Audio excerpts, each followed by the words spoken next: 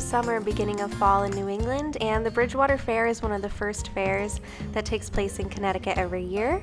It's a great fair. It's not my favorite, that would be the Bethlehem Fair, but I really love this fair for the delicious food, the sheep show. I'm a big fan of the sheeps and the border collies. They do have one of the best sheep shows in the state of Connecticut for fairs.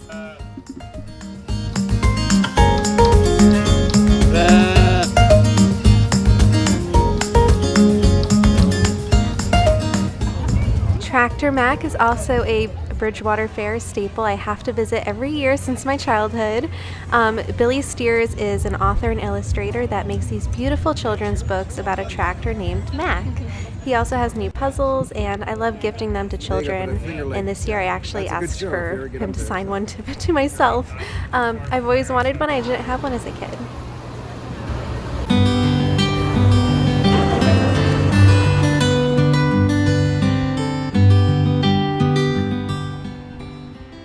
This is my friend Leah's beautiful boutique in downtown Litchfield, Connecticut. I want to show you, it's right underneath at the corner, a beautiful restaurant right in town, and her boutique is extra special because it's a giving boutique. Almost everything in her shop gives back to a good cause, and she has this gorgeous new used bookshop in the back corner with a blind date with a book.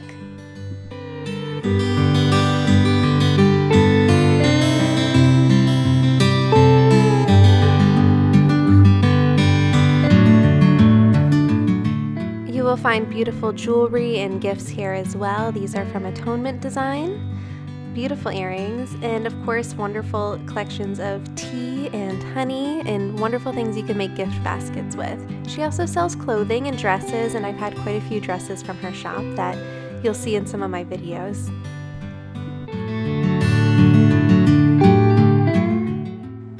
These literary teas by Simpson and Vale are also one of my favorites, a staple I always pick up when I'm there.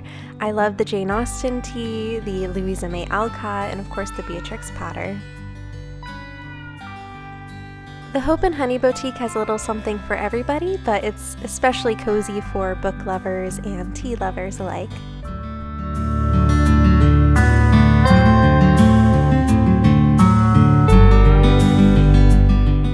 Leah is also transitioning her shop from summer to fall with these cute pumpkin mugs, and the fall gifts are coming in soon.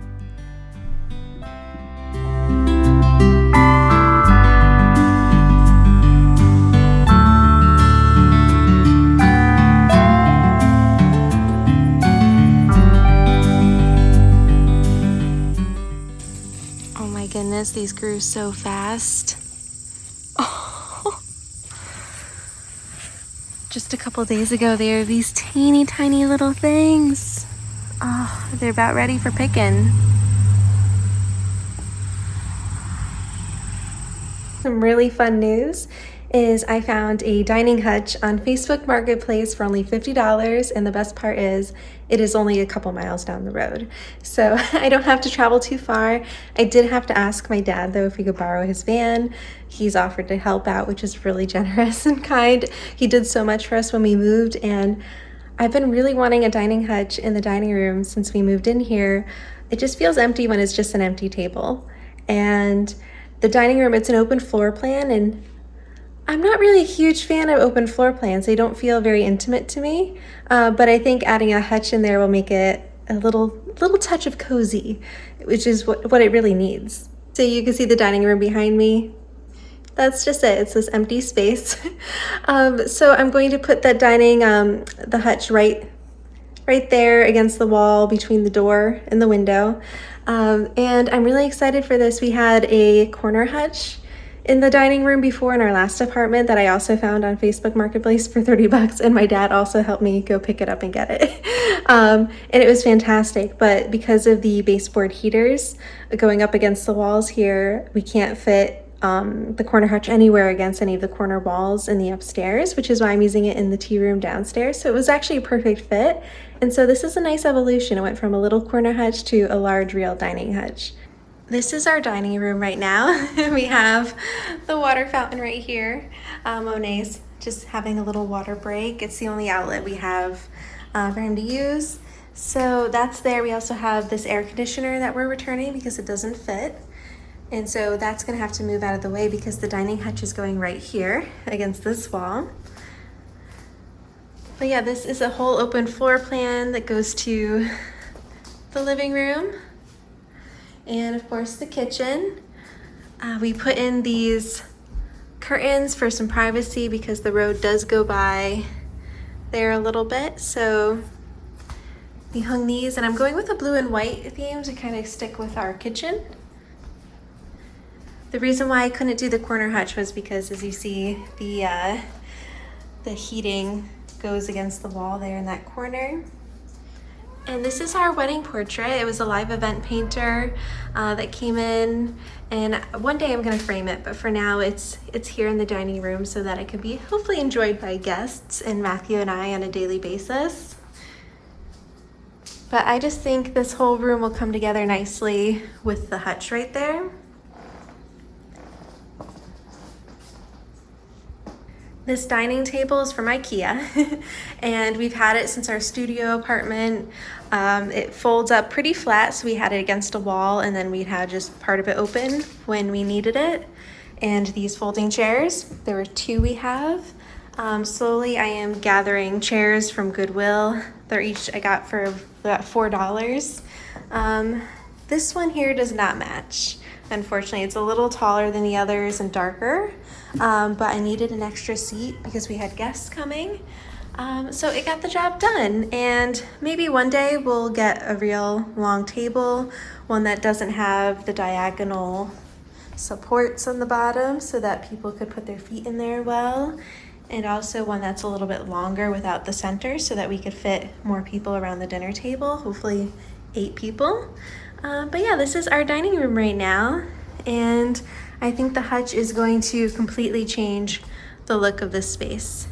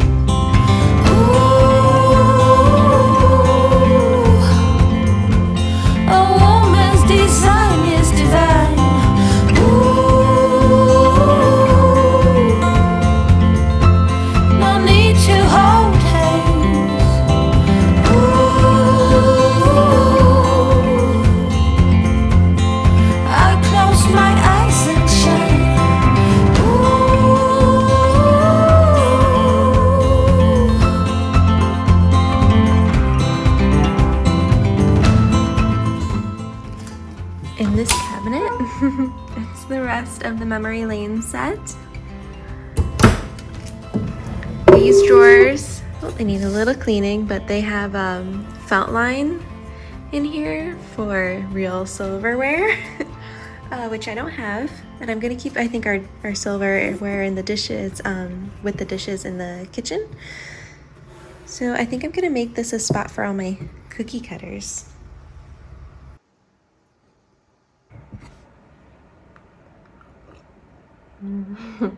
I have my pumpkin mug out for September. It's not very Halloween-y, but it's just a little cute mug, if you can see it, that I got at Home Goods last fall because I didn't have any fall mugs and I thought maybe it was about time.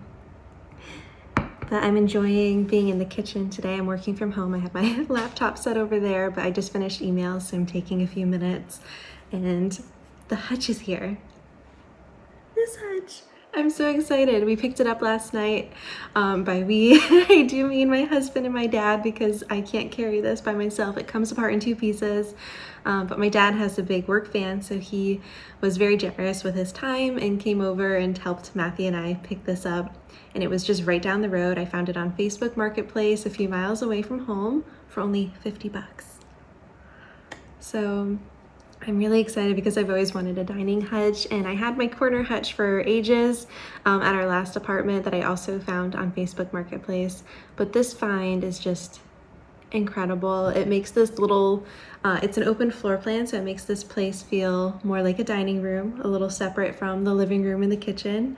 And yeah, I'm just really excited about, you know, being in this room. I get to work in here. My home office isn't set up yet, and I'm gonna set that up in the library. So most of the time I'm in the kitchen, in the dining room, sometimes the living room, or even once in a while the bedroom or tea room, but it's been pretty hot. And so I haven't really, I haven't really ventured off to make the office yet. That's another project probably for winter.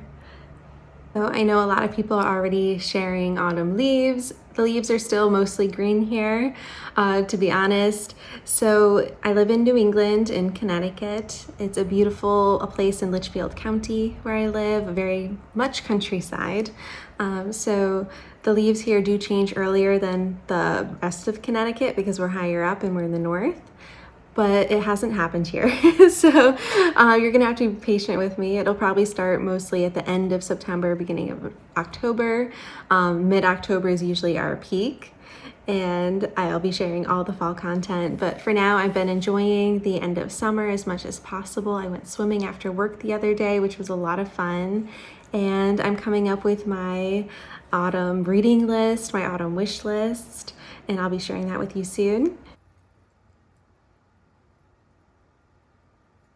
Every year, autumn is very busy for me. I'm a wedding photographer, so I'm doing weddings, engagement shoots, different types of photo shoot sessions, and working full-time. So I've been thinking about taking a week off for ages, so this year I did book a week off in October, the second week of October, so I could do all the New England autumn activities that I really feel like I kind of miss out on every year because I don't have enough time. So I'll be going to different places like Hogan Cider Mill right down the road from home. Lots of cider donuts. I want to check out a cranberry bog. I don't know if I'll have the time to, but they have them in Cape Cod, and I've always wanted to learn how the cranberry bogs work. And that seems like a New England autumn activity that most people don't think about, but I'm always curious about where our food grows, how our food grows. I love learning about orchards and groves and farms, so that's on my list. I also want to check out the Orchard House, and at the end of the month, I'm hosting my first ever harvest party, and I'm so excited for this because I've always wanted to have a harvest party. My dream is to have a small apple orchard in my future home. If I own land, I want to plant some apple trees, maybe even have some sheep because they're so good for an orchard, and maybe I'll rescue some sheep and they could retire on my little orchard farm, maybe. But I was telling my cousin Tommy about this, and I was like, oh, my dream is always that I would have family members over. I have a big family, lots of cousins, and that we would pick the apples and harvest them and then have a dinner party together, harvest theme, like apple glazed meats, apples in the salad, different types of like cider donuts and hot apple cider, and maybe acorn squash or root vegetables chopped up and roasted, and just like a harvest dinner with the family. And that's been my dream. And he was like, well, why don't you do it now? He goes, we could all go to an apple orchard together, pick apples, and come back to your place and have dinner. I was like, that's brilliant. And so one of the things I've been collecting are my memory lane dishes. Memory lane, I discovered them last fall. It was September. It was the very beginning of September, and I was at Goodwill and I saw this bunch of dishes for only $25. And they weren't like the best quality, the transferware, but they were cute. They're like the reddish brown, and they had acorns along the side. And I found out they were made in 1965 in bulk. They were quite popular and very affordable, and they're called memory lane dishes, and that's what these are. So needless to say, I bought the whole set. As you can see, I have the serving tray.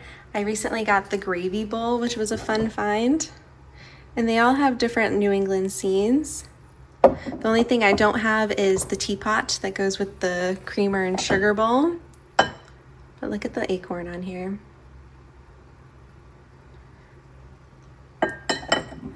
And now I have enough plates. I don't have enough cups yet, but I'm working on it. And let me show you the saucer. It has a little New England kind of a scene on the shore with the boats. And the soup bowls are a different farm scene. The serving bowl is a cabin. It's very New England to me, right? Look at the cows on these plates. And let me show you the bowls. Oops, sorry, the little dessert bowls. Let's see. They have a little well. Hey, Monet. Coming to investigate. But they have a little well.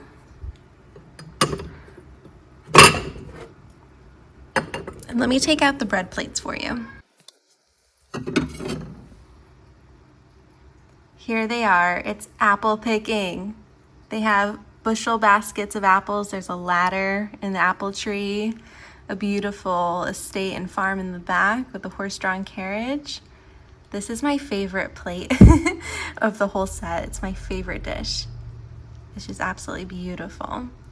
And the reason why I have so many of them is because my dream has been to have them at the harvest party.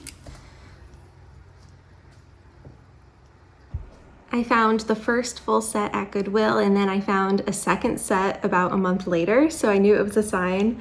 And I got them so cheap, and you can find them very cheap at Goodwill's, estate sales, tag sales. They're just kind of everywhere. You just type in memory lane plates or dishes, and they will come up. But they are becoming popular all of a sudden, and so the prices are starting to go up. So I got very lucky, but if you're at a Goodwill and you happen to be browsing, you'll find these plates. So it's definitely worth it if it's something you're interested in. I just always loved the idea of having these plates that I would use year after year after year. I don't like using disposables all the time. It's just, they're not beautiful, they're not good for the environment. I mean, not washing a bunch of plates isn't super great either, but it's better. It's reusable. And so I'm excited about these because I'll actually be able to host everybody. And my grandmother always had these Thanksgiving plates that she pulled out every year with turkeys on them, and she still has them. And so it was one of those things that people used to do, is they had these dishes that they used for a lifetime. You know, they weren't just replacing things constantly. And that's what I'm hoping to do. Like, I'm hoping these will be with me the rest of my life, and that my family will use them hundreds and hundreds of times, and that I'll have this annual harvest party every year. That's the dream. I'm hoping it'll be a tradition. My cousin Carissa is the oldest. She's about, I think, 14 or 15 years older than me, so she calls dibs on Christmas. Christmas is hers. She has this beautiful home for hosting Christmas. She can fit everyone inside. It's lovely. It's her jam. So I won't get Christmas, but maybe I could get the harvest party every year. And my cousin Sean also does a pumpkin party around Halloween. His birthday is the day after Halloween usually, and the neat part about that is he has a big pumpkin patch in his yard, And so they collect all the pumpkins and everybody goes to his barn and we carve pumpkins. And so, so it's just a lot of fun. And I like these monthly get-togethers with my family and my cousins and making these memories together and having these traditions. So this is gonna be my dream coming true. So now is also a good time to properly introduce you to the kitties. This is Monet. Hi, baby. He's only been with us for a few months, 5 months maybe? We adopted him in April, and when he came to us, he was completely shaved because his hair had been so matted. And he is such an explorative little boy. Hey, no. I let you up there, but not up with the dishes. And he was listed as being in local foster family, but I found out the day he was arriving when he was late, they said his plane was late. I was like, what do you mean? He's from Egypt, so he only understands Arabic. He's learning some English. I know, there's so much to see. He's very talkative. He's a Persian, and he has 2 different colored eyes. So this is our little boy. Madeline's having a hard time adjusting. She's over here. Hi, baby girl. So Madeline's our shy girl. She was found in Baltimore. We were living in Maryland outside of Baltimore, and this poor little baby girl was starving on the streets. You could see all of her ribs. And she's very shy. She doesn't like other people. She doesn't like children. She's not quite a fan of Monet. But sometimes they play together and they have fun. But she's my sweet girl.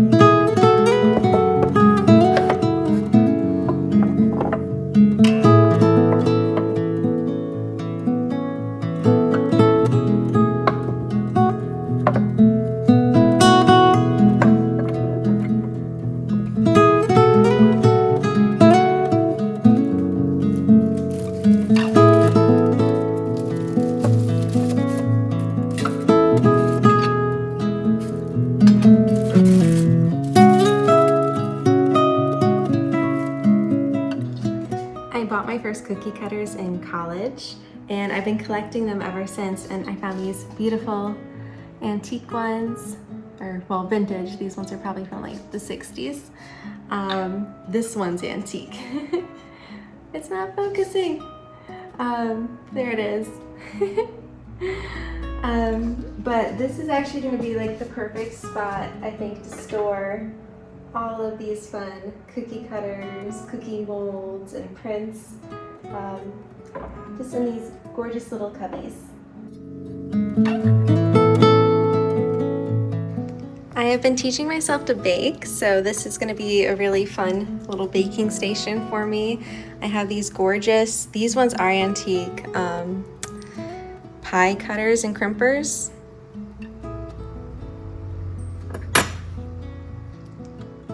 These are over 100 years old. They're Victorian. Little pie cutter, crimpers, pastry cutters.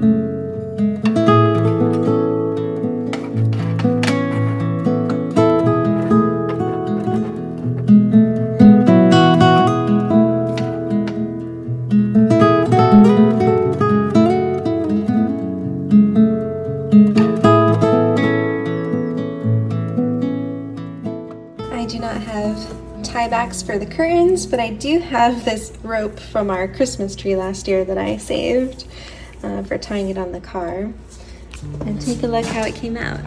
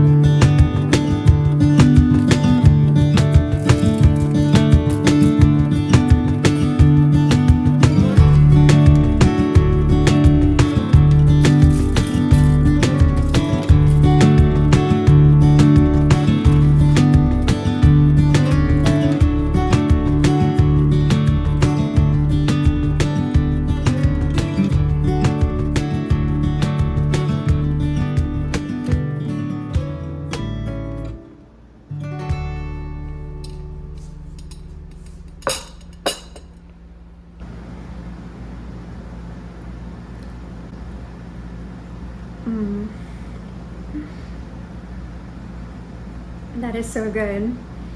It's so simple to make.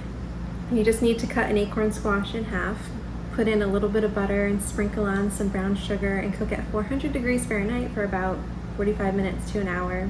And you have this soft, golden, savory acorn squash. And it's the most delicious, cozy, healthy, it's almost like a dessert. But it's my lunch break. I'm working from home today and I wanted something a little cozy and a little festive for September.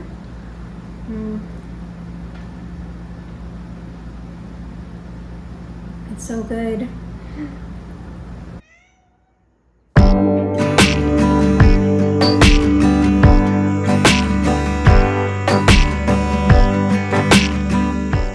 It is a kind of a drizzly, foggy September day, but it's the first day that's actually felt like that September feeling, that there's a change in the air because it's been so hot in the 90s and so summery. But fog is rolling over the hills and there are leaves on the ground, so September is here, my friends.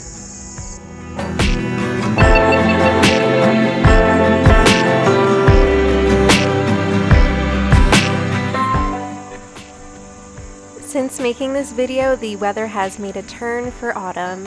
All the leaves are starting to change, it's gotten chillier and rainier, and it's just that cozy, crisp autumn feel in New England. So my next video is going to be the Bethlehem Fair, of course, and then I'll be sharing all the cozy content, fall decorating, recipes, crafting. It's going to be a lot of fun of autumn in New England.